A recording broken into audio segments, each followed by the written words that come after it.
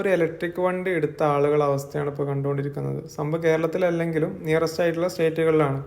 പല വണ്ടികളും ഇങ്ങനെ കൂട്ടിയിട്ട് കാട് പിടിച്ച അവസ്ഥയാണ് ഇപ്പോൾ നിലവിലുള്ളത്. ചില സ്ഥലങ്ങളിലാണെങ്കിൽ കിലോമീറ്ററുകളോളം വണ്ടി കൂട്ടി അട്ടിയിട്ട അവസ്ഥ. ശരിക്കും ഇതൊക്കെ സഹിക്കേണ്ട ഒരു കസ്റ്റമർ അവസ്ഥ നിങ്ങളൊന്ന് ആലോചിച്ച് നോക്കി. എനിക്ക് തോന്നുന്നത് ഒരുപക്ഷെ ഇന്ത്യയുടെ ചരിത്രത്തിൽ ആദ്യമായിട്ടായിരിക്കും ഇങ്ങനെ ഒരു വണ്ടി സർവീസ് കിട്ടാണ്ട് ബുദ്ധിമുട്ട് നിൽക്കുന്നത് എന്നുള്ളത്. ശരിക്കും ഇത് ആരുടെ പ്രശ്നമാണ്? കസ്റ്റമർ പ്രശ്നമാണോ? അതല്ല കമ്പനിയുടെ പ്രശ്നമാണോ? അതല്ല സർവീസ് അറിയാത്ത ടെക്നീഷ്യന്മാരുടെ പ്രശ്നമാണോ? ഇവരുടെ സിസ്റ്റത്തിന് പ്രശ്നമാണോ? എന്താ നിങ്ങൾക്ക് തോന്നുന്നത്? ഒന്ന് കമൻറ്റ് ചെയ്യട്ടെ. എന്തായാലും ഇനി കോഴിക്കോട് ഓല ഇലക്ട്രിക് എടുത്തിട്ട് ആരും ഇനി ബുദ്ധിമുട്ടേണ്ട അവസ്ഥ ഇനി വരില്ല. ഓലയുടെ എല്ലാ സർവീസും ചെയ്യുന്ന സർവീസ് സെൻറ്റർ ഇപ്പോൾ ഓപ്പൺ ആക്കിയിട്ടുണ്ട് കേട്ടോ.